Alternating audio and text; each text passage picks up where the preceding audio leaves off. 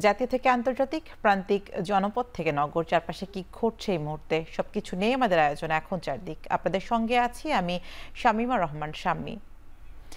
রাজধানীর ফার্মগেট এলাকায় মেট্রো লাইনের পিলারের বিয়ারিং প্যাড খুলে পড়ে পথচারী নিহতের ঘটনায় ভুক্তভোগী পরিবারের সকল দায়িত্ব মেট্রো রেল কর্তৃপক্ষ নেবে বলে জানিয়েছে সড়ক পরিবহন, সেতু ও রেলপথ মন্ত্রণালয়ের উপদেষ্টা মোহাম্মদ ফাউজুল কবির খান। প্রাথমিকভাবে দেয়া হবে ৫ লাখ টাকা। ঘটনাটি তদন্তে ৫ সদস্যের একটি কমিটিও গঠন করা হয়েছে বলে জানান তিনি। রোববার বিকেলে ঘটনাস্থলে উপস্থিত হয়ে তিনি এসব কথা জানান। এর আগে দুপুর 12:30টার দিকে মেট্রো রেলের ৪৩৩ নম্বর পিলারের শব্দ নিরোধক বিয়ারিং প্যাড ছিটকে নিচে পড়ে যায়। এ সময় নিচে দাঁড়িয়ে থাকা এক পথচারীর উপর পড়লে ঘটনাস্থলেই মারা যান তিনি। আহত হন পাশে থাকা আরও 2 জন। নিহতের নাম আবুল কালাম। এ সময় ঘটনাস্থলে ভিড় জমান উৎসুক জনতা, তৈরি হয় যানজট। আইনশৃঙ্খলা বাহিনী এসে পরিস্থিতি নিয়ন্ত্রণে আনে। একই সঙ্গে ৩৫ বছর বয়সী আবুল কালামের মরদেহ উদ্ধার করে সোহরাওয়ার্দী হাসপাতালে ময়নাতদন্তের জন্য পাঠায় পুলিশ। খবর পেয়ে মর্গে ছুটে আসেন আবুল কালামের স্বজনেরা। স্ত্রী, মা, বোনদের কান্নায় ওই এলাকায় তৈরি হয় শোকের মাতম। 4 বছর বয়সী ছেলে আর 3 বছরের মেয়েকে নিয়ে দিশেহারা স্ত্রী। এ সময় টানা 2 ঘন্টা মর্গে বসেই আবুল কালামের স্বজনদের সান্ত্বনা দেন উপদেষ্টা। সুরতহাল প্রতিবেদন শেষে ময়নাতদন্ত করে মরদেহ দেওয়া হয় স্বজনদের কাছে। এই ঘটনায় আগারগাঁও থেকে মতিঝিল পর্যন্ত মেট্রো রেল চলাচল বন্ধ থাকলেও চলছে আগারগাঁও থেকে দিয়াবাড়ি পর্যন্ত। ঘটনাস্থলে ত্রুটি নিরসনে কাজ করছে মেট্রো কর্তৃপক্ষ। খুব দ্রুতই বন্ধ রুটে মেট্রো চলাচল স্বাভাবিক হবে বলে জানিয়েছে কর্তৃপক্ষ।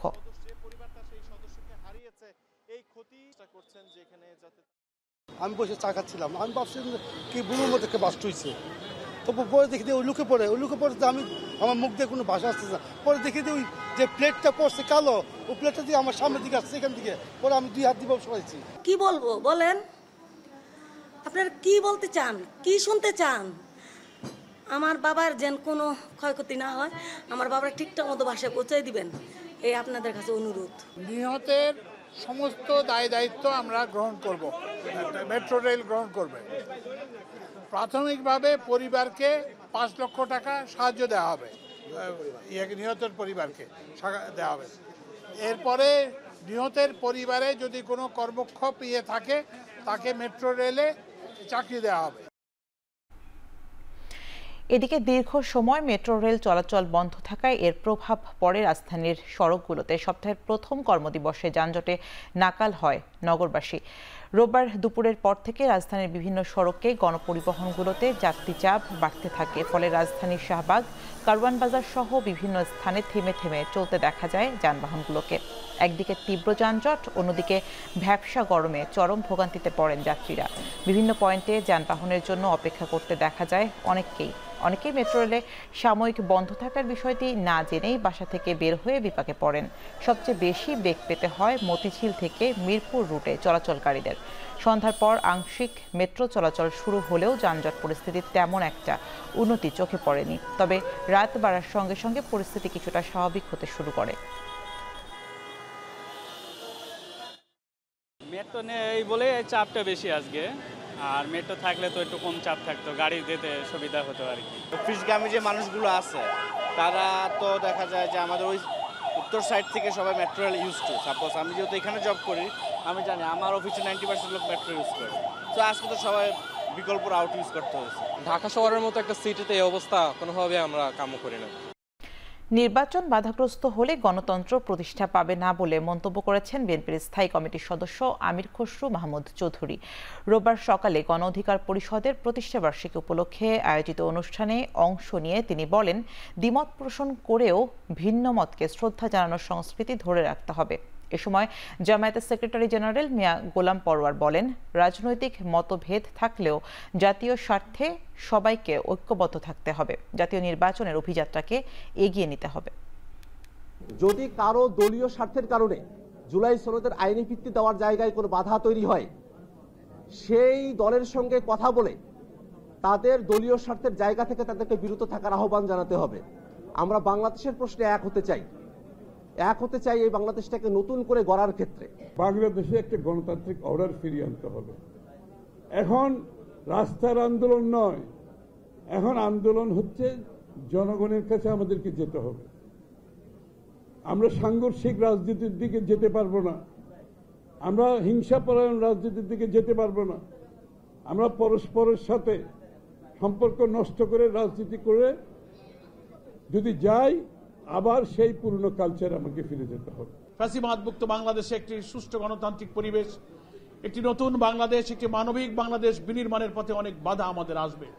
সেজন্য রাজনৈতিক মত পথের ভিন্নতা থাকা সত্ত্বেও আমরা যেন দেশ গঠনের মেজর ইস্যুতে যেন আমরা জাতীয় ঐক্যমত থাকতে পারি। জোটের প্রার্থী হলেও ভোটে লড়তে হবে নিজ দলের প্রতীকে। ইসির আরপিও সংশোধনের খসড়ায় অনুমোদন দেয়া এমন বিধান বাতিল করতে প্রধান নির্বাচন কমিশনার বরাবর চিঠি দিয়েছে বিএনপি। রোববার সকালে সিইসি ও ইসি সচিবের সাথে সাক্ষাৎ করে দলটির চেয়ারপারসনের উপদেষ্টা কাউন্সিল সদস্য ইসমাইল জবিউল্লাহর নেতৃত্বে 2 সদস্যের প্রতিনিধি দল বৈঠক শেষে আরপিওর 20 নং অনুচ্ছেদটিতে বিগত সময়ে সমস্যা হয়নি উল্লেখ করে এটি বাতিলের বিরোধিতা জানান। ঐকমত্য কমিশনের আলোচনায় বিধানটি বাতিল না করার বিষয়ে বিএনপিকে জানানো হলেও আরপিও সংশোধনীতে এটি বাতিল গ্রহণযোগ্য নয় বলে মত ইসমাইল জবিউল্লাহর। আলোচনা না করে এমন সিদ্ধান্ত নেওয়া গণতান্ত্রিক অধিকার ক্ষুণ্ণ হয়েছে বলে মনে করে বিএনপি। জোটবদ্ধ হয়ে নির্বাচন করার সময় দলগুলোর প্রতীক পছন্দের অধিকার থাকা উচিত বলে মনে করেন তারা। এর আগে 23 অক্টোবর গণপ্রতিনিধিত্ব আদেশ আরপিওতে বেশ কিছু পরিবর্তন এনে সংশোধনের অনুমোদন দেয় উপদেষ্টা পরিষদ।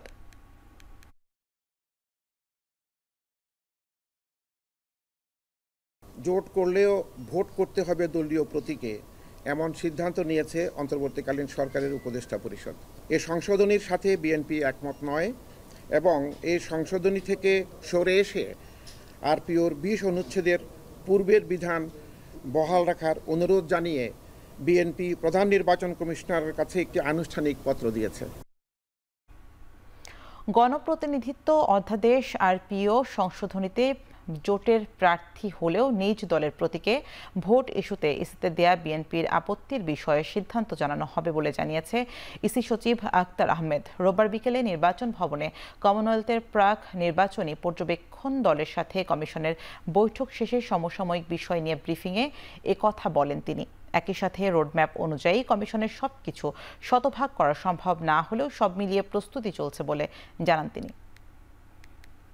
নির্বাচনী প্রতীক ব্যবহারের বিষয়ে বিএনপির থেকে একটা প্রতিনিধি দল এসে ওনারা চিঠি দিয়ে গেছেন। এটা ব্যাপারে কমিশন সিদ্ধান্ত নেবেন।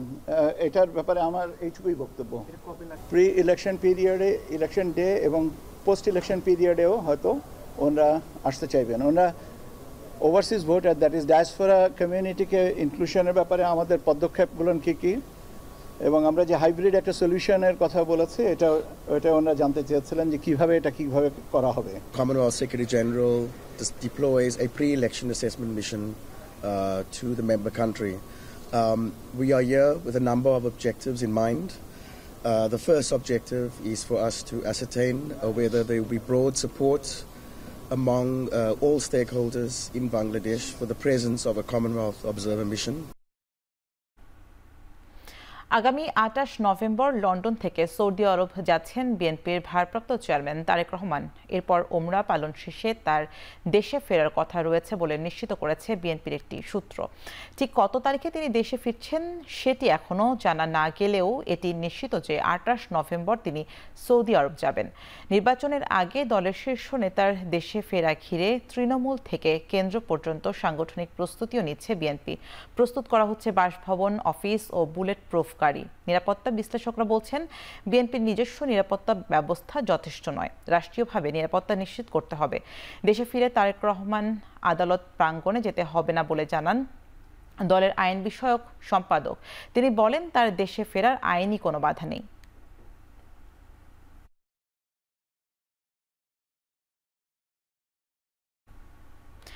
যারা গণহত্যার সাথে জড়িত তাদের আগে বিচারের মুখোমুখি হতে হবে, তারপর তাদের নির্বাচনে অংশ নেওয়ার আলোচনা হবে বলে মন্তব্য করেছেন বিএনপির ভাইস চেয়ারম্যান শামসুজ্জামান দুদু। রোববার দুপুরে জাতীয় প্রেস ক্লাবের সামনে দেশ বাঁচাও মানুষ বাঁচাও আন্দোলনের আয়োজনে সার্বভৌমত্ব রক্ষা ও গণতন্ত্র প্রতিষ্ঠার দাবিতে নাগরিক সমাবেশে তিনি একথা বলেন। অদৃশ্য শক্তির সঙ্গে ধান্দাবাজরাও আছে। ধান্দাবাজদেরকে ঠেকাতে হলে একটি গ্রহণযোগ্য স্বচ্ছ স্বাভাবিক নির্বাচন দরকার। যারা গণহত্যা করেছে, যারা বাংলাদেশের ছেলে মেয়েদের ছোট ছোট শিশুদেরকে হত্যা করেছে, শত শত না হাজারে হাজারে নির্যাতন করেছে, তাদের আগে বিচার হতে হবে যারা এই গণহত্যার সঙ্গে যুক্ত। জামায়াত ইসলামী সব দেশের সঙ্গে বন্ধুত্বপূর্ণ সম্পর্ক বজায় রাখতে চায়, তবে কোনো ধরনের দাদাগিরি মেনে নেওয়া হবে না বলে মন্তব্য করেছেন দলের আমির ডক্টর শফিকুর রহমান। যুক্তরাষ্ট্রে Bangladeshi American community of Michigan আয়োজিত সংবর্ধনা অনুষ্ঠানে এই কথা বলেন তিনি। এছাড়া জাতীয় সংসদে প্রবাসীদের প্রতিনিধিত্ব নিশ্চিত করা, যোগ্যতার ভিত্তিতে দায়িত্ব বন্টন এবং শিক্ষা ব্যবস্থার সংস্কারের মতো বিষয়গুলো নিয়ে দলের অবস্থান স্পষ্ট করেন ডক্টর শফিকুর রহমান। বলেন, সারা বিশ্বে বিপুল সংখ্যক বাংলাদেশি প্রবাসী রয়েছেন। জামায়াত সরকার গঠন করলে আনুপাতিক হারে জাতীয় সংসদে প্রবাসীদের প্রতিনিধিত্ব নিশ্চিত করা হবে। সামনে জাতীয় সংসদ নির্বাচন আছে, এই নির্বাচনে শিক্ষকদেরকে কাজে লাগাতে হবে। যদি এদের অধিকার আদায় না হয় তাহলে তারা ভালোভাবে আসন্ন জাতীয় নির্বাচনে যেন সব শিক্ষকরা ভূমিকা রাখতে পারে তার ব্যবস্থা করতে সরকারকে আহ্বান জানিয়েছেন জামায়াত ইসলামীর সিনিয়র নায়েবে আমির অধ্যাপক মুজিবুর রহমান। সামনে জাতীয় সংসদ নির্বাচন আছে, এই নির্বাচনে শিক্ষকদেরকে কাজে লাগাতে হবে। যদি এদের অধিকার আদায় না হয় তাহলে তারা ভালোভাবে এটা পালন করতে পারবে বলে মনে হয় না। যাদের এখনো স্বীকৃতি হয় নাই তাদেরকে স্বীকৃতি দেওয়া এবং এমপিওভুক্ত যে সমস্ত শিক্ষকদের হয় নাই তাদেরকে এমপিওভুক্ত করা। ২৪-এর অভ্যুত্থান পরবর্তী বাংলাদেশ মানুষের প্রত্যাশা অনুযায়ী বাস্তবায়ন হয়নি বলে মন্তব্য করেছেন এনসিপির উত্তরাঞ্চলের মুখ্য সংগঠক সার্জিস আলম। আর এনসিপিকে শাপলা প্রতীক দেয়া না হলে প্রয়োজনে আদায় করে নেওয়া হবে বলে হুঁশিয়ারি দিয়েছেন দলটির যুগ্ম আহ্বায়ক সারোয়ার তুষার। রোববার সন্ধ্যায় নরসিংদী জেলা শিল্পকলা একাডেমির হল রুমে আয়োজিত এক সমন্বয় সভায় এসব কথা বলেন তারা। ২৪-এর অভ্যুত্থান পরবর্তী বাংলাদেশে আমাদের যে আকাঙ্ক্ষাগুলো ছিল সেগুলো আমাদের প্রত্যাশা অনুযায়ী বাস্তবায়ন হয়নি। এক বছর আমাদেরকে একটা স্পষ্ট শিক্ষা দিয়েছে যে এই ৫৪ বছরের ক্ষত এক বছরে সারিয়ে তোলা সম্ভব নয়। এটা হাসিনার মুল্লুক না যে আপনারা ইলেকশন কমিশন গায়ের জোর দেখে আমাদেরকে যে কোনো একটা মার্কা চাপিয়ে দেবেন। আমাদেরকে শাপলা মার্কা দিতে হবে। এই শাপলা মার্কা না দিলে এই প্রধান নির্বাচন কমিশনার যিনি নিয়োগ পেয়েছেন বিভিন্ন রাজনৈতিক দলের সাথে তোষামোদি করে বিভিন্ন রাজনৈতিক দলের আনুকূল্য পেয়ে তিনি কিন্তু বাংলাদেশকে একটা সুষ্ঠু নির্বাচন দিতে পারবেন না। বন্যপ্রাণী হত্যা মামলায় আর জামিনের সুযোগ থাকছে না জানিয়ে কঠোর ব্যবস্থা নেওয়ার হুঁশিয়ারি দিয়েছেন পরিবেশ উপদেষ্টা সৈয়দা রেজওয়ানা হাসান। তিনি বলেন, শুধু আইন নয়, আচরণগত পরিবর্তন আনলে বন্যপ্রাণী রক্ষা সম্ভব। রোববার সকালে রাজধানীর আগারগাঁওয়ে বন ভবনে মিঠা পানির ডলফিন নিয়ে আলোচনা সভায় একথা বলেন পরিবেশ উপদেষ্টা। মেছো বিড়ালকে শুধুই আমরা মেছো বাঘ বলি, বাঘ বলে একটা ভীতির সঞ্চার করি, করে এই চরম ইনোসেন্ট একটা প্রাণীকে আমরা মেরে ফেলি। এবং আমাদের এখন অবস্থা এমন যে মারি যে এটা জন্য লজ্জাবোধ করি না, মারি যে এটাকে ভিডিও রেকর্ড করে সোশ্যাল মিডিয়াতে দেই। আমরা যদি ক্ষমতা দেখানোর জন্য নিরীহ মেছো বিড়ালকে বেছে নেই, ক্ষমতা দেখানোর জন্য ডলফিনকে বেছে নেই, এদের অস্তিত্বের সাথে কিন্তু আবার আমাদের অস্তিত্ব সম্পৃক্ত। সাংবাদিকদের সঠিকভাবে বেতন ও মজুরি প্রদান করা হলে প্রতিষ্ঠানের অ্যাক্রিডিটেশন ও সরকারের পক্ষ থেকে সকল সুবিধা বাতিল করা হবে বলে জানিয়েছেন তথ্য ও সম্প্রচার উপদেষ্টা মাহফুজ আলম। রোববার দুপুরে ঢাকা রিপোর্টার্স ইউনিটের আয়োজনে মিট দ্য রিপোর্টার্স অনুষ্ঠানে এসব কথা বলেন তিনি। আমরা একটা বেসিক স্যালারি সাংবাদিকদের জন্য প্রস্তাব করে যেতে চাই, এবং সাংবাদিকদের যদি এই বেসিক স্যালারি না দেওয়া হয় তাহলে ওই পত্রিকা আমরা বা আউটলেটকে আমরা এই সুবিধা দিব না। এবং পত্রিকা মালিক এবং সম্পাদকরা যদি ইমিডিয়েটলি যদি এটা বাস্তবায়নের উদ্যোগ না নেন তাহলে আমরা এই সংস্কারের দিকে যাওয়ার ক্ষেত্রে অবশ্যই পুনর্বিবেচনা করব। মৎস্য ও প্রাণী সম্পদ মন্ত্রণালয়ের উপদেষ্টা ফরিদা আক্তার বলেছেন, দেশের মৎস্য সম্পদ অর্থনৈতিকভাবে গুরুত্বপূর্ণ হওয়া সত্ত্বেও এর স্থাপনা, ল্যান্ডিং স্টেশনগুলোর অবস্থা খুবই খারাপ। ইনভেস্টমেন্ট না বাড়ালে এগুলো ভালো করার আর কোনো সুযোগ নেই। দুপুরে রাঙামাটির কাপ্তাই লেক মৎস্য উন্নয়ন ও বিপণন কেন্দ্র পরিদর্শন শেষে একথা বলেন তিনি। মৎস্য সম্পদ বাংলাদেশের অর্থনৈতিকভাবে এত গুরুত্বপূর্ণ হওয়া সত্ত্বেও এটার যে স্থাপনাগুলো, বিশেষ করে ল্যান্ডিং স্টেশন, এই যে পুরো প্রসেস করে যেটাতে ঢাকায় আমরা যে মাছগুলো পাচ্ছি সেটা যেখান থেকে আসে সেগুলোর অবস্থা খুবই জরাজীর্ণ অবস্থা। আমি দেখে আমার মানে খুব খারাপ লেগেছে। তো ফলে এখন যেটা আমাদের চেষ্টা হলো যে এটাকে কিছু ইনভেস্টমেন্টে আমরা মানে করতেই হবে। ইনভেস্টমেন্ট না বাড়ালে এটা ভালো করার কোনো স্কোপ নেই। ভূমি অফিসে মানুষ হয়রানির শিকার হয় বলে জানিয়েছেন ভূমি মন্ত্রণালয়ের সিনিয়র সচিব এস.এম. সালেহ আহমেদ। তিনি বলেন, অনলাইনে ঘরে বসে সেবা পেলে হয়রানি হবে না, আর্থিক ক্ষতি হবে না। তাই জনগণের হয়রানি বন্ধে অনলাইনের আওতায় ভূমি ব্যবস্থাপনার উদ্যোগ নিয়েছে সরকার। সচিবালয়ে গণমাধ্যম কেন্দ্র জনবান্ধব ভূমি সেবায় গণমাধ্যমের ভূমিকা শীর্ষক সেমিনারে বলা হয়, গত 3 মাসে 373 কোটি টাকা ভূমি রাজস্ব আদায় হয়েছে। বিগত বছরের একই সময়ে রাজস্ব আদায় হয়েছিল 286 কোটি টাকা। এ সময় ভূমি মন্ত্রণালয়ের সিনিয়র সচিব বলেন, ভূমি নিয়ে মামলার 80% জরিপ কেন্দ্রিক। ভূমি সংক্রান্ত এই পর্যন্ত প্রায় 10 লাখ মামলা হয়েছে জানিয়ে তিনি বলেন, সংকট সমাধানে গত ডিসেম্বর থেকে অনলাইনে 5টি সেবা চালু করা হয়েছে। প্রত্যেক জেলা প্রশাসকের কার্যালয়ে নাগরিক সেবা কেন্দ্র চালুর উদ্যোগ গ্রহণ করা হয়েছে, যাতে মানুষ সহজে ভূমি সেবা পেতে পারেন।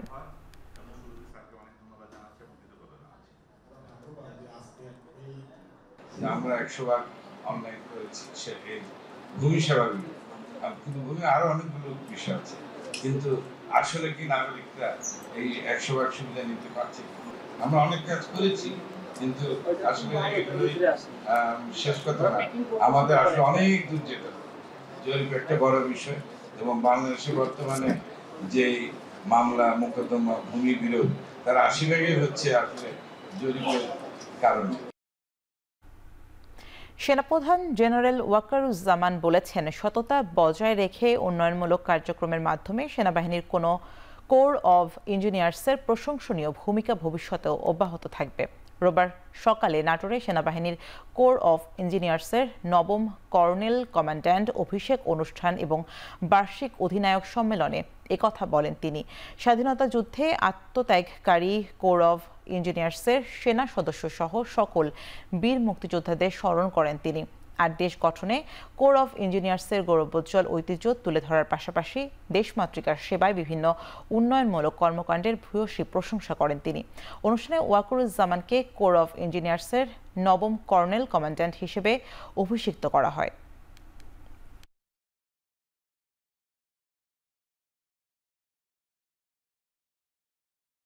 এই কোর সর্বদা তাদের কৃতিত্বের স্বাক্ষর রেখে চলেছে দেশে এবং বিদেশে। বিদেশের মাটিতে রাস্তা নির্মাণ, কালভার্ট নির্মাণ, ইনফ্রাস্ট্রাকচার নির্মাণ কাজে অত্যন্ত দক্ষতার সাথে কাজ করে যাচ্ছে। এই কোরের আভিযানিক সক্ষমতা বৃদ্ধি সহ নানাবিধ কার্যক্রম আমি চালিয়ে যাব। বিভিন্ন ওয়েলফেয়ার কার্যক্রম ইনশাল্লাহ আমি চেষ্টা করবো আমার সাধ্যমতো, এবং এই কোরকে প্রতিনিয়ত এগিয়ে নিয়ে যাওয়ার জন্য আমরা সর্বদা সচেষ্ট থাকব। আন্তর্জাতিক অপরাধ ট্রাইব্যুনালে শেখ হাসিনার বিরুদ্ধে হত্যা, গুমসহ 4টি মামলা চলমান রয়েছে। এছাড়া 13 সেনা কর্মকর্তার বিরুদ্ধে গুমের অভিযোগে করা 2টি মামলার পরবর্তী শুনানির জন্য 23 নভেম্বর দিন ধার্য করা হয়েছে। রোববার প্রসিকিউটর গাজী M.H. তামিমের এ তথ্য জানায়। এ সময় তিনি বলেন ১৩ সেনা কর্মকর্তার বিরুদ্ধে থাকা ২টি গুমের মামলার শুনানির তারিখ ২৩শে নভেম্বর দিন ধার্য করা হয়েছে। এর আগে এই মামলায় ২০শে নভেম্বর দিন ধার্য করা ছিল। পাশাপাশি গুমের আরেক মামলায় সাবেক সেনা কর্মকর্তা জিয়াউর আহসানের বিরুদ্ধে তদন্ত প্রতিবেদন দাখিলের বিষয়েও ১১ই ডিসেম্বর দিন ধার্য করেছে ট্রাইব্যুনাল। এদিকে জুলাই আগস্ট আন্দোলনে রাজধানীর চাংখারপুলে ৬ জনকে হত্যার ঘটনায় মানবতা বিরোধী অপরাধের মামলায় ডিএমপির সাবেক কমিশনার হাবিবুর রহমান সহ ৮ আসামির বিরুদ্ধে ১২তম দিনের মামলায় ২০ নম্বর সাক্ষীর জবানবন্দি রেকর্ড করা হয়েছে। দুটি মামলায় এই ট্রাইব্যুনালে হাজির করা হয়েছিল। সেই মামলার পরবর্তী তারিখ নির্ধারণ করা হয়েছিল ২০ নভেম্বর। প্রসিকিউশনের পক্ষ থেকে আজকে একটি আবেদন করে এই মামলার তারিখ পরিবর্তনের জন্য আমরা একটা প্রার্থনা করেছিলাম। সেই আবেদন মঞ্জুর হয়ে আগামী নভেম্বর মাসের ২৩ তারিখে ও দুইটি মামলার পরবর্তী তারিখ নির্ধারণ করা হয়েছে। অতএব ওনাদেরকে পরবর্তী তারিখ যেটা ২০ নভেম্বর ছিল সেটা পরিবর্তিত হয়ে ২৩ নভেম্বরে পরিবর্তিত হয়েছে এবং স্থানান্তরিত হয়েছে। প্রতারণা ও অর্থ আত্মসাতের অভিযোগে করা মামলায় আদালতে আত্মসমর্পণ করে গ্রামীণ ফোনের প্রধান নির্বাহী কর্মকর্তা ইয়াসির আজমান সহ ৩ জন জামিন পেয়েছেন। রোববার দীর্ঘ শুনানি শেষে ঢাকার মেট্রোপলিটন ম্যাজিস্ট্রেট রওনক জাহান তাকিরের আদালত এই আদেশ দেন। আসামি পক্ষের আইনজীবী আহসানুল হক সমাজি জানান, ইয়াসির আজমান সহ অন্য ২ আসামি আদালতে উপস্থিত হলে আদালত তাদের জামিন মঞ্জুর করেন। মামলার ধারাগুলোর অস্পষ্ট, ভিত্তিহীন, মনগড়া উল্লেখ করে আসামি পক্ষের আইনজীবী জানান, অসৎ উদ্দেশ্যে গ্রামীণ ফোন ও ইয়াসির আজমানকে হয়রানির জন্যই এই মামলা করা হয়েছে। এর আগে গত ২৬ সেপ্টেম্বর গ্রামীণ ফোনের সাবেক কর্মী রাকিবুল আজম বাদী হয়ে এই মামলা করেন। বিচারিক মামলাটি গ্রহণ করে আসামিদের ২৬শে অক্টোবর আদালতে হাজিরের সমন জারি করেন।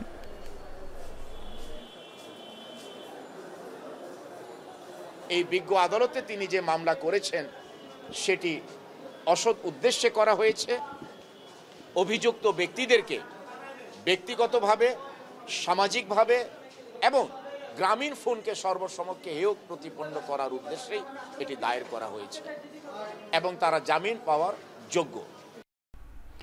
চলমান বিসিএস পরীক্ষার স্বচ্ছতা ও সামগ্রিক প্রক্রিয়া নিয়ে বাংলাদেশ পাবলিক সার্ভিস কমিশনে বৈঠক করেছে জাতীয় নাগরিক পার্টির ৩ সদস্যের প্রতিনিধি দল। সকাল ১১টায় আগারগাঁওয়ে পিএসসি ভবনে বৈঠকে এনসিপির পক্ষ থেকে ১৫ দফা প্রস্তাবনা তুলে ধরা হয়। প্রতিনিধি দলে ছিলেন দলটির দক্ষিণাঞ্চলের মুখ্য সংগঠক হাসনাত আবদুল্লাহ, যুগ্ম আহ্বায়ক মনিরা শারমিন এবং যুগ্ম সদস্য সচিব মোহাম্মদ মিরাজ মিয়া। প্রায়োরিটি লিস্টে মানে জনপ্রশাসন মন্ত্রণালয়ের বটম লাইন আমাদের এই চাকরি প্রার্থীরা নেই। আমাদের চাকরি প্রার্থীরা আসলে সংখ্যায়, আমরা যারা চাকরি প্রার্থী আছি এটা রূঢ় বাস্তবতা। আমরা আসলে বাংলাদেশ আসলে সংখ্যায় ম্যাটার করি। আমাদের যে আসলে প্রয়োজন, জীবন জীবিকা, আমাদের ডিগনিটি, আমাদের একটা চাকরি প্রার্থীর যে বাংলাদেশের বাস্তবতা, আমাদের ডিগনিটি, এটা আসলে তাদের প্রায়োরিটি লিস্টের মধ্যেই নাই। ছাত্রদলের বিরুদ্ধে সামাজিক যোগাযোগ মাধ্যমে অপপ্রচার হচ্ছে, ভিন্ন ভিন্ন ন্যারেটিভ দাঁড় করানো হচ্ছে বলে মন্তব্য করেছেন সংগঠনটির সভাপতি রাকিবুল ইসলাম রাকিব। জগন্নাথ বিশ্ববিদ্যালয়ের ছাত্র হাসিবুল ইসলাম হাসিবের অকাল মৃত্যুর স্মরণে এবং জোবায়ের হোসেনের নৃশংস হত্যাকাণ্ডের প্রতিবাদে বিশ্ববিদ্যালয়ের শাখা ছাত্রদলের আলোচনা ও দোয়া মাহফিল অনুষ্ঠানে তিনি এই মন্তব্য করেন। এ সময় তিনি বলেন, ছাত্রদলের নেতাকর্মীরা নৈতিক চরিত্রের অধিকারী, অন্যায়ের বিরুদ্ধে আপোষ হবে না উল্লেখ করে তিনি জানান, যে কোনো অন্যায়ের বিরুদ্ধে ছাত্রদলের প্রতিবাদ জারি থাকবে। একই অনুষ্ঠানে সাধারণ সম্পাদক নাসির উদ্দিন নাসির জানান, ছাত্রদলের নেতাকর্মীরা হত্যাকাণ্ডের শিকার হচ্ছে, নেতাকর্মীকে ছুরিকাঘাত করে মারা হচ্ছে, যা উদ্বেগজনক। এসব ঘটনা ঠেকাতে বিশ্ববিদ্যালয় প্রশাসনের নজরদারি বাড়ানো উচিত বলে মন্তব্য করেন তিনি। জুলাই এবং আগস্টের সফল গণ অভ্যুত্থানের পরে বাংলাদেশ জাতীয়তাবাদী ছাত্রদলের নেতাকর্মীরা কিরকম একই কায়দায় হত্যাকাণ্ডের শিকার হতে হচ্ছে, এটি আমাদের জন্য খুবই দুঃখজনক এবং এটি খুবই হৃদয় বিদারক এবং মর্মান্তিক ঘটনা বলে আমরা মনে করি। শাহাদাত বরণ করার পরেই যেন তাকে আমরা প্রশংসিত না করি। যদি তার যদি এ ধরনের হাজার হাজার সাধারণ শিক্ষার্থীদের মাঝে ছাত্র দলের নেতাকর্মী থাকে, তারা যেন সেই তাদের যে প্রাপ্য প্রশংসাটুকু তারা যেন সেই প্রশংসাটুকু পায়। আমি তাদের কাছে সেই দাবি রাখছি। কোনোভাবেই কোনো সোশ্যাল মিডিয়ার প্রপাগান্ডার মাধ্যমে বিভ্রান্ত না হয়ে যেন সে ধরনের আচরণ আমরা প্রত্যাশা করছি। অভ্যুত্থানের সময় শেখ হাসিনার পক্ষে মিছিলে নেতৃত্বদানকারী ঢাকা বিশ্ববিদ্যালয়ের ডেপুটি রেজিস্ট্রার রুহুল আমিনকে অপসারণে 24 ঘন্টার আলটিমেটাম দিয়েছে ডাকসু নেতারা। রোববার দুপুরে 3 দফা দাবিতে বিক্ষোভ মিছিল ও রেজিস্ট্রার ভবন ঘেরাও করার সময় এই ঘোষণা দেন তারা। এর আগে হল সংসদ ও ডাকসুর অতীতের সকল ফান্ডের পূর্ণাঙ্গ হিসাব প্রকাশ, ক্যাম্পাস থেকে টোকাই, ভবঘুরে ও মাদক চক্র নির্মূল করা এবং ফ্যাসিবাদের দোসর শিক্ষক ও কর্মকর্তা কর্মচারীদের অপসারণের দাবিতে রেজিস্ট্রার ভবনে যান ডাকসু নেতা ও শিক্ষার্থীরা। এ সময় রেজিস্ট্রার ভবনের গেটের ভেতর থেকে তালা লাগিয়ে দিলে সেখানে বিক্ষোভ করেন তারা। পরে প্রশাসনের সাথে বৈঠকে 3 দফা দাবি তুলে ধরেন তারা। অভিযোগ করেন, চাপের মুখে ডাকসু নির্বাচন দিলেও সেটি কার্যকর হতে দিচ্ছে না বিশ্ববিদ্যালয় প্রশাসন।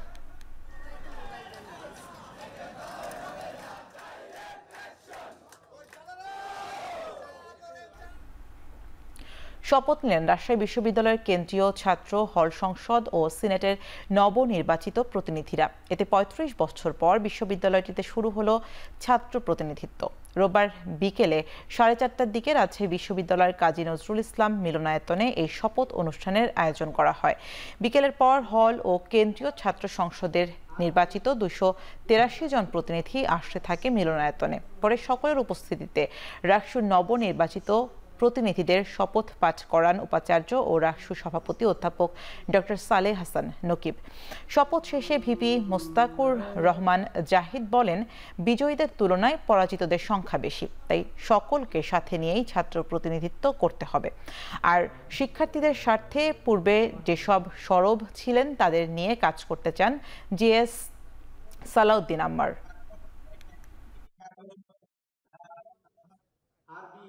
আমরা চাই রাকসু ভবন সবার জন্য খোলা। বিজিত ভাই বোনদের অবশ্যই কোয়ালিটি আছে, কিন্তু নির্বাচনে যেহেতু জয় পরাজয় থাকে সেই নিয়ম অনুযায়ী তারা হয়তো বিজিত হয়েছেন। তারা সব সময় তাদের কোয়ালিটিগুলো আমাদের সাথে শেয়ার করবে এবং রাকসু ভবন তাদের জন্য সবসময় খোলা। শিক্ষার্থীদের ভালোবাসায় যে ভোটটা পেয়েছি সেই ভোটটা আমাকে নির্বাচিত করেছে।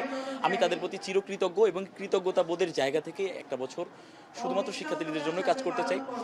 এবং যারা বিজিত হয়েছে আমাদের যেই ভাইয়েরা, যে ভাই বোনেরা আছে, তারাও কিন্তু তাদের দৃষ্টিভঙ্গিতেও কিন্তু শিক্ষার্থীদের কল্যাণে অনেকগুলো অঙ্গীকার ছিল, সেগুলো নিয়ে আমরা কাজ করার চেষ্টা করব।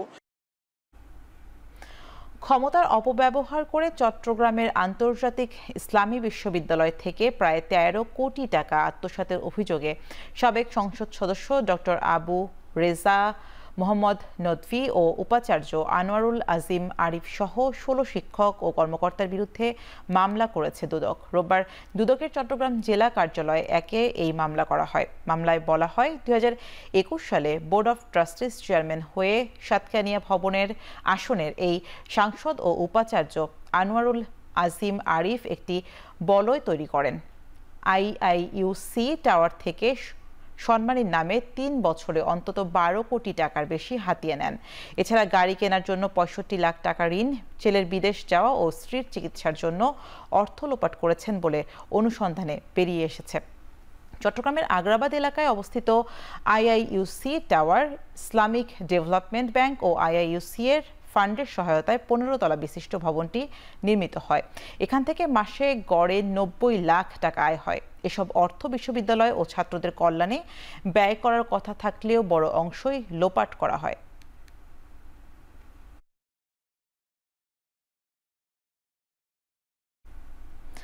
কক্সবাজারের টেকনাফে অভিযান চালিয়ে পাচারের উদ্দেশ্যে আটকে রাখা 14 জিম্মিকে উদ্ধার করেছে বিজিবি। এ সময় 3 মানব পাচারকারীকে গ্রেফতার করা হয়। রোববার এ তথ্য জানায় বিজিবির টেকনাফ ব্যাটালিয়নের অধিনায়ক lieutenant colonel Ashikur Rahman. BGB জানায়, শনিবার দিবাগত গভীর রাতে নোয়াখালীপাড়া ও দক্ষিণ লোম্বরি এলাকায় অভিযান চালানো হয়। প্রথম অভিযানে নোয়াখালীপাড়ার আবু তাহের নামে একজনের বাড়ি থেকে 8 জনকে উদ্ধার করা হয়। আর আটক করা হয় আবু তাহের ও তার স্ত্রী দিলদার বেগমকে। পরে মধ্যরাতে দক্ষিণ লম্বরি এলাকায় অভিযানে আরও 6 জনকে উদ্ধার করা হয়। আটক করা হয় শরীফ নামে আরও একজনকে। আটককৃত 3 জনই মানব পাচারকারী চক্রের সক্রিয় সদস্য। মালয়েশিয়া পাঠানোর কথা বলে আটকে রাখা হয়েছিল তাদের।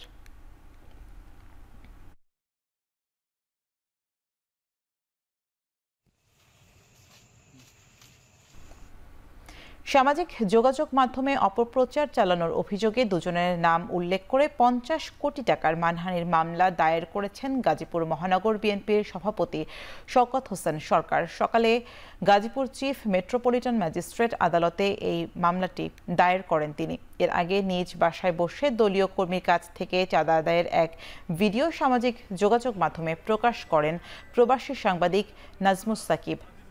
সেখানে দলীয় প্রভাব খাটিয়ে শওকত সরকারের নানান অপকর্মের তথ্য উঠে আসে। তবে এসব অভিযোগ অস্বীকার করে দুপুরে গাজীপুরে প্রেস ক্লাবে সংবাদ সম্মেলন করেন শওকত সরকার। এ সময় তিনি বলেন, সামাজিকভাবে তাকে হেয় করার চেষ্টা করা হচ্ছে। এর আগে বিচারক মোহাম্মদ রাকিবুল ইসলামের আদালতে মামলার আবেদন করলে কাশিমপুর থানাকে তদন্তের নির্দেশ দেন আদালত।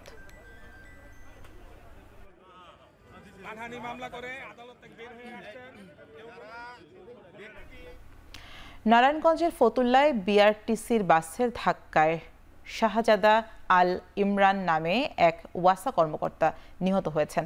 রোববার সন্ধ্যায় ঢাকা নারায়ণগঞ্জ লিংক রোডের ফতুল্লার এসবি গার্মেন্টস সড়কে এই দুর্ঘটনা ঘটে। পুলিশ জানায়, লিংক রোডের ফতুল্লায় এসবি গার্মেন্টস সড়কে মোটর বাইক যোগে যাচ্ছিলেন ওয়াসা কর্মকর্তা শাহজাদা আল ইমরান। এ সময় পেছন থেকে তাকে চাপা দেয় বিআরটিসির দোতলা বাস। এতে ঘটনাস্থলে মৃত্যু হয় তার।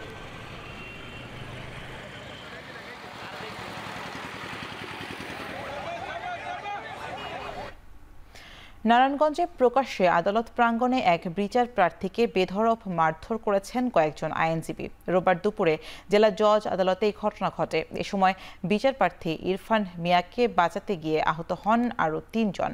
হামলার শিকার ব্যবসায়ী ইরফান মিয়া বলেন, ইসমাইল নামের এক ব্যক্তির কাছে তিনি 25 লাখ টাকা পান। টাকা আদায়ের জন্য আদালতে মামলা করেন তিনি।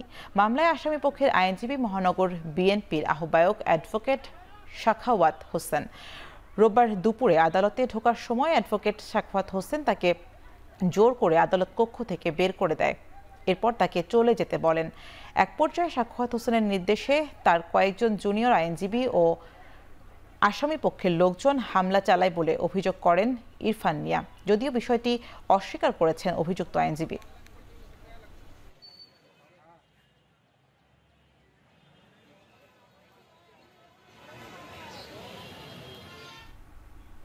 সিলেটের কানাইঘাটের ডোনার সীমান্তে ভারতের অভ্যন্তরে খাসিয়ারগুলিতে বাংলাদেশে এক যুবক নিহত হয়েছে। রোববার বিকেলে এই ঘটনা ঘটে বলে নিশ্চিত করেছে সিলেট ব্যাটালিয়নের 19 বিজিবির অধিনায়ক মোহাম্মদ জোবায়ের আনোয়ার বলেন, কানাইঘাট উপজেলার ডোনা পাত্তিছড়া গ্রামের বাসিন্দা শাকিল ভারত সীমান্তের 500 গজ ভেতরে প্রবেশ করে। এ সময় খাসিয়াদের সুপারি বাগানের পাহারাদারদের সাথে তার বাগবিতণ্ডা হয়। একসময় এক খাসিয়ার গুলিতে মৃত্যুবরণ করেন শাকিল। নিহতের মরদেহ সিলেট এমএজি ওসমানী মেডিকেলের মর্গে পাঠানো হয়েছে বলে নিশ্চিত করেছে কানাইঘাট থানা পুলিশ।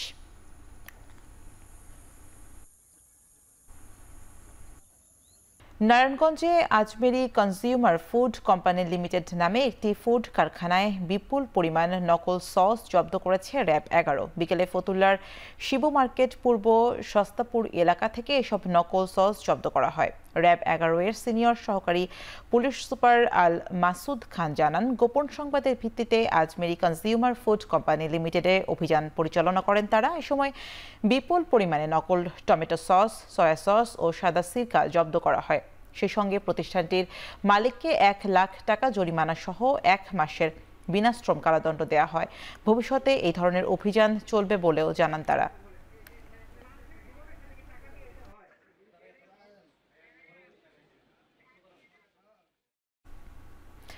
নৌপরিবহন মন্ত্রণালয়ের বিধিমালা বহির্ভূতভাবে প্রশিক্ষণার্থী ভর্তির অভিযোগে মানববন্ধন ও সমাবেশ করেছে ন্যাশনাল মেরিটাইম ইনস্টিটিউটের শিক্ষার্থীরা। বিকেলে সল্ট গোলা ক্রসিং এলাকায় প্রতিষ্ঠানের প্রধান গেটে এই কর্মসূচির আয়োজন করা হয়। অভিযোগ করেন কতিপয় অসাধু শিক্ষক স্পেশাল ব্যাচের নামে ন্যাশনাল মেরিটাইম ইনস্টিটিউটে প্রশিক্ষণার্থী ভর্তি করাচ্ছে, যা সরকারি বিধিমালা লঙ্ঘন। সঠিক প্রশিক্ষণের অভাবে এসব প্রশিক্ষণার্থী ভবিষ্যতে দেশের মেরিটাইম সেক্টরের জন্য হুমকি হয়ে দাঁড়াবে বলেও দাবি আন্দোলনকারীদের। এ সময় অনিয়ম তদন্ত করে তাদের বিরুদ্ধে শাস্তিমূলক ব্যবস্থা নেওয়া না হলে ভবিষ্যতে কঠোর আন্দোলনের হুঁশিয়ারি দেন শিক্ষার্থীরা।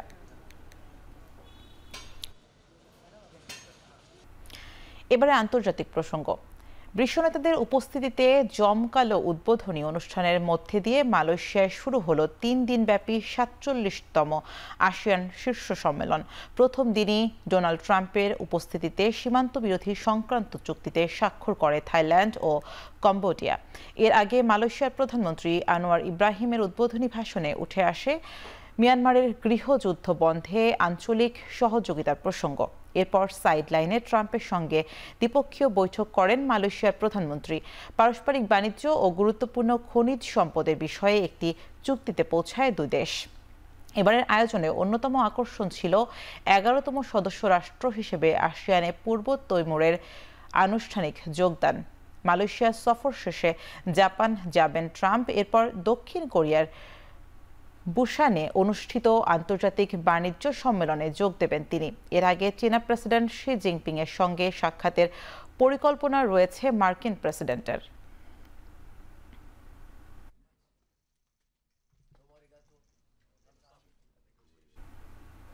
ট্রাম্পের শান্তি প্রস্তাব অনুযায়ী গাজায় কোনো দেশের সেনাবাহিনী ঢুকবে তা নির্ধারণ করবে ইসরায়েল। মন্ত্রিপরিষদের এক বৈঠকে কথা জানান ইসরায়েলের প্রধানমন্ত্রী বেনিয়ামিন নেতানিয়াহু। গাজায় পাঠানোর জন্য আন্তর্জাতিক বাহিনীর গঠন নিয়ে উদ্বেগের মধ্যে রয়েছে ইসরায়েল। যুক্তরাষ্ট্র তাদের সেনাদের গাজায় পাঠাবে না, ফলে সেখানে সেনা পাঠাতে পারে মিশর, ইন্দোনেশিয়া এবং উপসাগরীয় আরব দেশগুলো। যদিও এখনো এই বিষয়ে কোনো স্পষ্ট বার্তা আসেনি। কোন দেশের সেনারা ইসরায়েলের কাছে গ্রহণযোগ্য হবে তা ঠিক করবে তেল আবিব। এদিকে ইসরায়েল সরকার জানিয়েছে রেড ক্রস ও মিশরের প্রযুক্তিগত দলকে গাজা উপত্যকার হলুদ রেখা অতিক্রম করার অনুমতি দেওয়া হয়েছে। তারা মূলত জিম্মিদের মরদেহ অনুসন্ধানে কাজ করবে।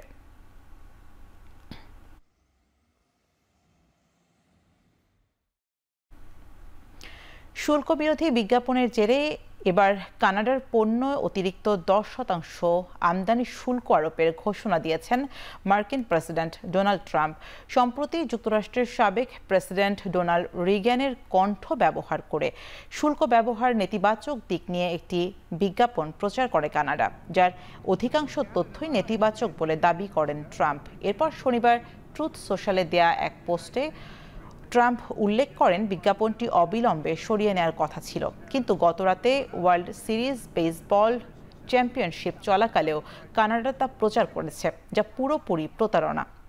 এছাড়া মালয়েশিয়ার আসিয়ান সম্মেলনে যোগ দেওয়ার আগে ট্রাম্প আরও মন্তব্য করেন সম্মেলনের সাইডলাইনে কানাডার প্রধানমন্ত্রীর সঙ্গে সাক্ষাতের কোনো ইচ্ছাই নেই তার। এর আগে বৃহস্পতিবার কানাডার সঙ্গে সব ধরনের বাণিজ্য আলোচনা বন্ধের ঘোষণা দেন মার্কিন প্রেসিডেন্ট।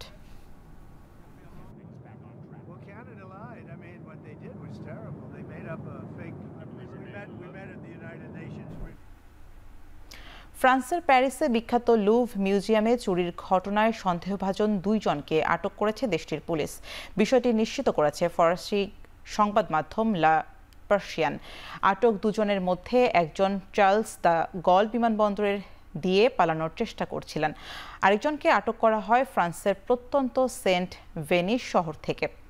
গেল সপ্তাহে লুভর মিউজিয়ামের দক্ষিণ পাশের অ্যাপোলো গ্যালারিতে চুরির ঘটনা ঘটে। পুলিশ জানিয়েছে এতে জড়িত ছিল অন্তত 4 জন। মাত্র 4 মিনিটে চুরি করে নিয়ে যায় ফরাসি সম্রাট নেপোলিয়নের শাসনামলের বেশ কয়েকটি মূল্যবান অলংকার, যার মূল্য আনুমানিক $10 কোটি বলে জানিয়েছে কর্তৃপক্ষ।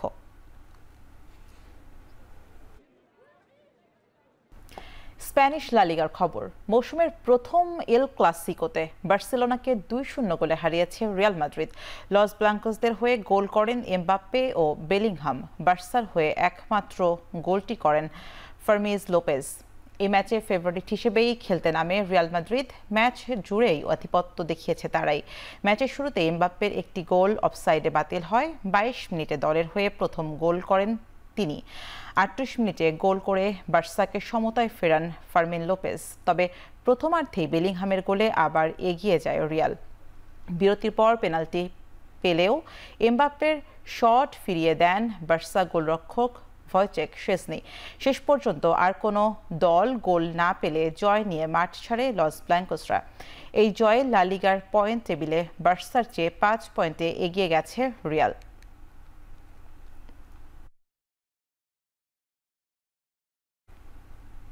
এবারে নারী ওয়ানডে বিশ্বকাপের খবর। বিশ্বকাপের গ্রুপ পর্বের শেষ ম্যাচে বাংলাদেশ ভারতের ম্যাচটি পরিত্যক্ত হয়েছে।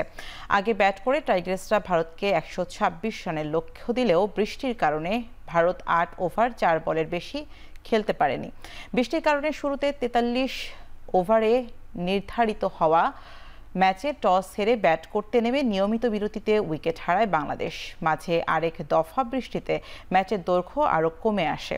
শেষ পর্যন্ত 27 ওভারে 9 উইকেটে 120 রান করে বাংলাদেশ। টাইগ্রেসদের হয়ে সর্বোচ্চ 36 রান আসে শারমিনের ব্যাট থেকে, আর মোস্তারি করেন 26 রান।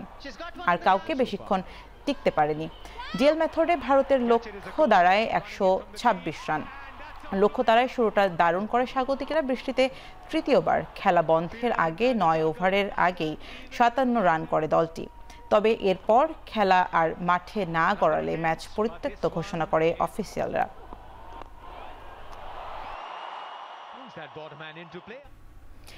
ইনজুরি কাটিয়ে আবার মাঠের খেলায় ফিরতে চলেছে টি-20 দলের অধিনায়ক লিটন দাস। ওয়েস্ট ইন্ডিজ সিরিজের আগে জানালেন দল নিয়ে নিজের প্রত্যাশার কথা। অধিনায়ক লিটনের চাওয়া বিশ্বকাপের আগে শেষ 2 সিরিজে চাপ নিয়ে খেলুক ক্রিকেটাররা। সেই সঙ্গে টেস্ট অধিনায়ক হওয়ার গুঞ্জন নিয়েও কথা বলেছেন লিটন। আমি 2টা সিরিজে চাই যেন আমাদের প্লেয়াররা খুব চ্যালেঞ্জের মুখে পড়ে। আইদার সেটা ব্যাটিংয়ে হতে পারে, বোলিংয়ে হতে পারে। আমি চাই যে এই 6টা গেম থেকে যতটা আমরা পিছিয়ে থাকবো ততটাই ভালো, ব্যাকফুটে থাকবো। দ্যাট মিনস যে চ্যালেঞ্জের কথা বলতেছি, নট যে আমরা গেমে পিছিয়ে থাকবো। আমি চাই যে বলাররা যখন বল করবে তারা যেন আন্ডার প্রেশার থাকে। যে জিনিসগুলো আমার ভবিষ্যতে সামনে যেহেতু ওয়ার্ল্ড কাপ, সেখানে আমার অনেকটা হেল্প করবে। তারা যদি মনে করে যোগ্য, অবশ্যই তারা আমার সাথে কনভারসেশন করবে। দেখা যাক তারপরে ডিসিশনটা কী হয়। আর অবশ্যই অ্যাজ এ প্লেয়ার হিসাবে যখন আপনি খেলবেন টেস্ট ক্রিকেটে, ক্যাপ্টেনশিপ, এটা অনেক বড় একটা পাওয়া। আমার মনে হয় না কেউ না করবে না, বাট তাদের পক্ষ থেকে এখনো কোনো কিছু আসে না। ব্যতিক্রমী আয়োজনে এবার চট্টগ্রামে উন্মোচিত হলো বাংলাদেশ ওয়েস্ট ইন্ডিজ টি-20 সিরিজের ট্রফি। চট্টগ্রামে ঐতিহাসিক স্থাপনা রেলওয়ে অফিসের সামনে সিআরবিতে উন্মোচন হলো টি-20 সিরিজের ট্রফি। উন্মোচনের সময় অনুষ্ঠানে বাংলাদেশ পর্যটন বোর্ডের সহায়তায় বিসিবি ট্যুরিজম ব্র্যান্ডিংয়ের একটি অংশ। ট্রফি উন্মোচনের অনুষ্ঠানে উপস্থিত ছিলেন বাংলাদেশ দলের টি-20 অধিনায়ক লিটন দাস ও ক্যারিবিয়ান অধিনায়ক শাই হোপ ও বিসিবির কর্তারা। আগামী 27, 29 ও 31 অক্টোবর চট্টগ্রামের শহীদ বীরশ্রেষ্ঠ ফ্লাইট লেফটেন্যান্ট মতিউর রহমান স্টেডিয়ামে অনুষ্ঠিত হবে সিরিজের 3টি ম্যাচ।